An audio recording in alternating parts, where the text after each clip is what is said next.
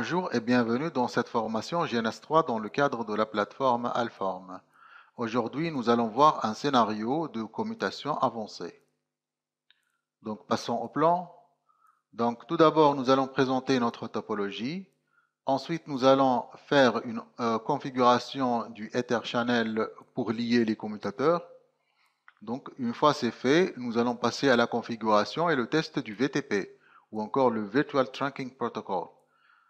Ensuite, nous allons passer à la configuration et le test du inter-VLAN, ou encore la communication des PC faisant partie de divers VLAN, ou de VLAN différents. Une fois c'est fait, nous allons passer à la technique de la découverte du commutateur racine ou encore le root bridge.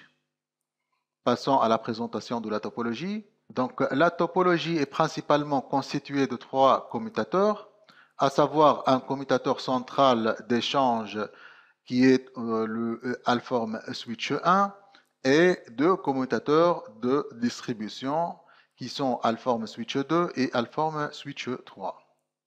Donc, passons à la topologie au niveau du GNS3. Donc, comme nous l'avons déjà indiqué, donc il y a ces trois switches ainsi que 4 PC pour le test. Donc, tout d'abord, nous allons donc passer à la configuration du Ether Channel entre les commutateurs, c'est-à-dire établir la liaison donc multi-chaîne ou multi-interface entre donc les trois commutateurs.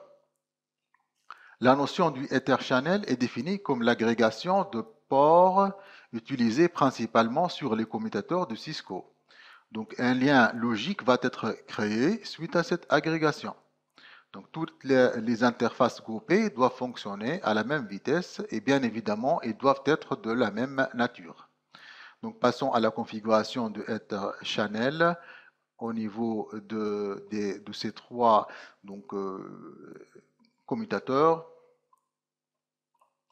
Donc, démarrons le premier switch et le deuxième et ainsi que le troisième. Ouvrons une session console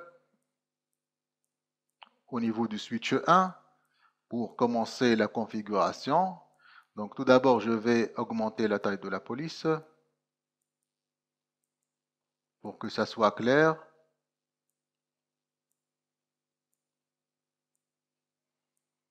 Une fois c'est fait, nous allons entrer au niveau de la configuration globale et donc programmer la première, le premier groupe qui est le groupe 1. Donc ça sera interface range I3/01 qui vont être regroupés au niveau ou de la chaîne donc channel group 1 et le mode activé on.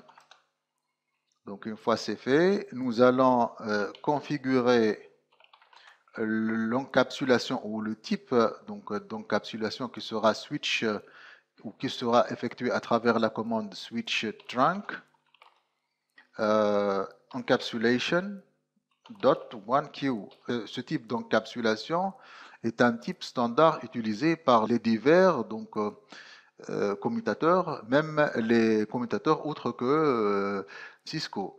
Donc, par la suite, nous allons configurer le mode de transport qui sera trunk, switch mode trunk. Et nous configurons ce mode car il s'agit d'une liaison commutateur et non pas entre un commutateur et un PC. Donc une fois c'est fait, nous allons sortir et passer à la configuration du deuxième groupe, donc le groupe 2 ici. Donc ça concerne les interfaces Ethernet 3/2 et Ethernet 3/3. Donc interface range I3 2-3 ou encore interface, voilà, interface. Donc maintenant, nous allons préciser le groupe qui est le groupe 2, donc ça sera channel group 2 et le mode pour l'activation, mode on. Une fois c'est fait, nous allons préciser l'encapsulation qui est .1q comme l'encapsulation précédente ou donc l'Ether-channel groupe précédent. Donc une fois c'est fait, nous devons préciser aussi le mode qui est mode trunk. Donc switch mode trunk. Nous pouvons vérifier le Ether channel, est-ce qu'il est bien établi ou pas, à travers la commande. Donc show Ether channel summary. Nous remarquons que le groupe 1 groupe déjà l'Ethernet 3/0 et l'Ethernet 3/1. Donc ces deux interfaces. Ça d'une part. D'autre part, le groupe 2 regroupe les deux interfaces E3/2 et E3 donc /3.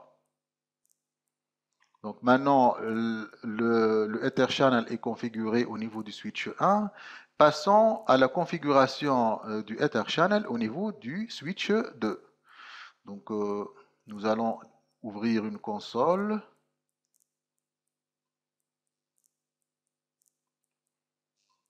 Et par la suite configurer, donc agrandir un peu la taille de la police pour que ça soit clair. Et nous entrons au niveau de la configuration globale. Donc nous devons donc programmer ou configurer la E donc 3/0 et la E3 donc /1 qui vont faire partie du groupe 1. Donc interface range i3.0-1 channel group. Donc ça sera le groupe 1, mode on et l'encapsulation à travers la commande switch port, donc trunk encapsulation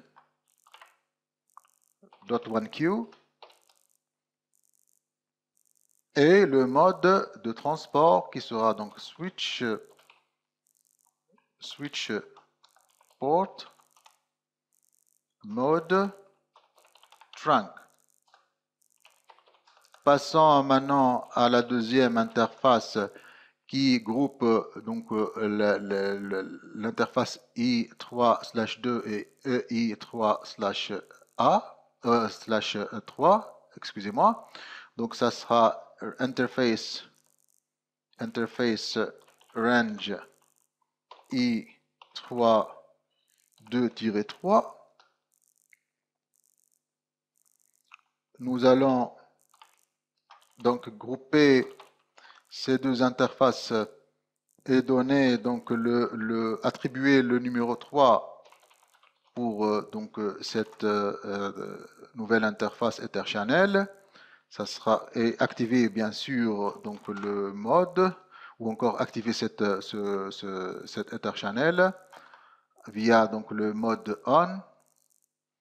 Une fois c'est fait, nous passons à la configuration de ou la détermination du type d'encapsulation via la commande switch port.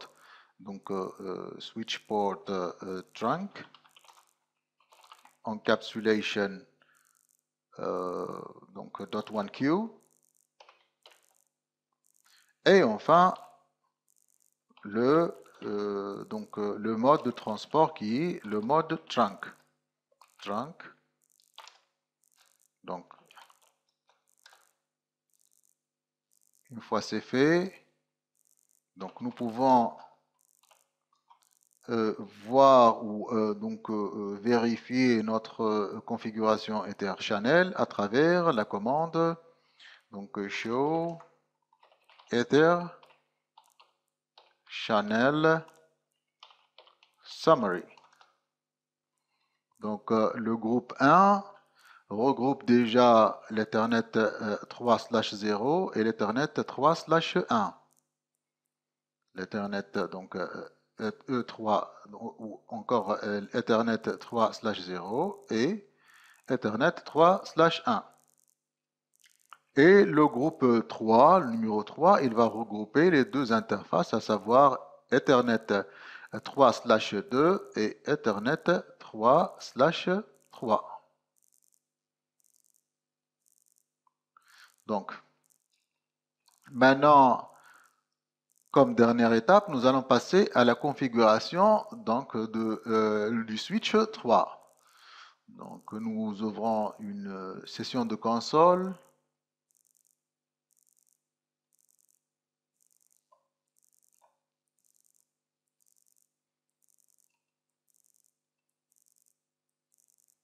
Et nous passons à la configuration globale. Nous allons programmer donc, ces deux interfaces pour former l'Etherchannel. Donc, et ça fait partie du groupe 2. Donc, interface I3 0-1. Donc, range, nous avons donc oublié le mot-clé range. Donc, une fois c'est fait, nous allons passer à la configuration du channel group. Channel group. Et ça sera donc le groupe 2 et le mode, bien sûr, on pour activer ce Ether Channel. Ensuite, l'encapsulation à travers switch, donc port, trunk, encapsulation .1q et switch port mode trunk pour préciser donc le mode de transport donc entre les deux switch 1 et switch 3. Passons maintenant à la dernière interface qui est donc l'interface qui regroupe l'Ethernet 3/2 et l'Ethernet 3/3 qui fait partie du groupe 3. Donc ça sera E3 2-3 et donc channel group, channel ou encore channel, voilà, channel group 3 mode on. Ensuite, nous précisons l'encapsulation qui est donc switch port trunk encapsulation.1q et le mode du transport qui sera donc le mode trunk. La vérification de notre Ether Channel se fait à travers la commande de show Ether Channel, donc summary. Donc nous remarquons que le groupe 2 donc, regroupe l'Ether Channel 3/0 et l'Ether Channel 3/1. Cependant, le groupe 3 regroupe les deux interfaces, donc 3/2 ou l'Ethernet 3/2 et l'Ethernet 3/3. Ainsi, l'Ether Channel est configuré donc entre ces trois switches. Donc c'est voilà. Donc c'est la fin de la première partie. Dans la partie suivante, nous allons voir comment donc configurer et comment tester le VTP ou le Virtual Trunking Protocol.